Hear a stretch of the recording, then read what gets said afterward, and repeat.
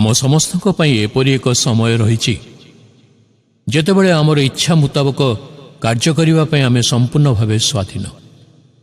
ଆମର ଦୈନନ୍ଦିନ ଧରାବନ୍ଧା କାର୍ଯ୍ୟ ମଧ୍ୟରୁ ମୁକୁଳି ଆସିବା ପାଇଁ ଆମେ ଅତ୍ୟନ୍ତ ଆକାଙ୍କ୍ଷିତ ହେଉ, କିନ୍ତୁ ମୁକ୍ତ ହେବା କିମ୍ବା ସମ୍ପୂର୍ଣ୍ଣ ସ୍ୱାଧୀନତା ଲାଭ କରିବା ଆମମାନଙ୍କ ନିମନ୍ତେ ଆଦୌ ଇଚ୍ଛାଧୀନର ବିଷୟ ନୁହେଁ।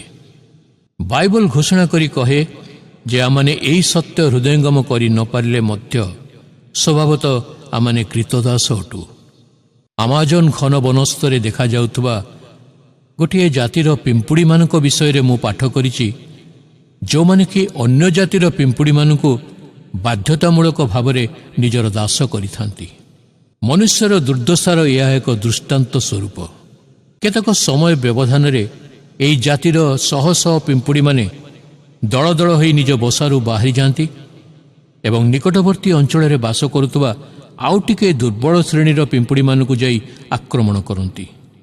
ସେମାନଙ୍କର ସୁରକ୍ଷା ବଳକୁ ଧ୍ୱଂସ କରିଦେବା ପରେ ସେମାନେ ତାଙ୍କର ଅଣ୍ଡାଗୁଡ଼ିକୁ ଛଡ଼େଇ ନେଇ ନିଜ ବସାକୁ ପଳାନ୍ତି। ପରବର୍ତ୍ତୀ ସମୟରେ ଯେତେବେଳେ ଏହି ଡିମ୍ବଗୁଡ଼ିକରୁ ଛୋଟ ଛୋଟ ପିମ୍ପୁଡ଼ି ଶାବକ ବାହାରନ୍ତି, ସେମାନେ ଭାବନ୍ତି ସେମାନେ ମଧ୍ୟ ଏହି ପରିବାରର ଅନ୍ତର୍ଭୁକ୍ତ, ତେଣୁ ସେମାନେ ମଧ୍ୟ ତାଙ୍କରି କାର୍ଯ୍ୟରେ ଲାଗିଯାଆନ୍ତି। ସେ ସମୟରେ ସେମାନେ ଆଦୌ ବୁଝିନଥାନ୍ତି ଯେ ଶତ୍ରୁ ପକ୍ଷର ବଳ ପ୍ରୟୋଗ ଦ୍ୱାରା ସେମାନେ ଏହି ସ୍ଥାନକୁ ଆସିଛନ୍ତି।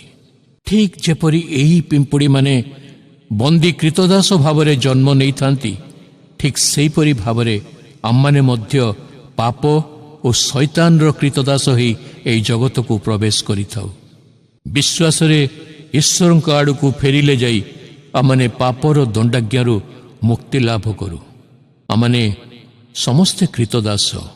ସେଦିନ ଈଶ୍ୱରଙ୍କର ଜଣେ ସେବକ ସେ ପ୍ରଶ୍ନ କରିନଥିଲେ ଆମେ ସେବା କରିବୁ କି ନ କରିବୁ, ମାତ୍ର ସେ ପ୍ରଶ୍ନ କରିଥିଲେ ଆମେ କାହାର ସେବା କରିବୁ, ଆମକୁ ତାର ସିଦ୍ଧାନ୍ତ ନେବାକୁ ହେବ। ବନ୍ଧୁଗଣ, ଈଶ୍ୱରଙ୍କଠାରେ ନିଜକୁ ସମର୍ପଣ କରିବାରେ ହିଁ ରହିଛି ପ୍ରକୃତ ସ୍ୱାଧୀନତା।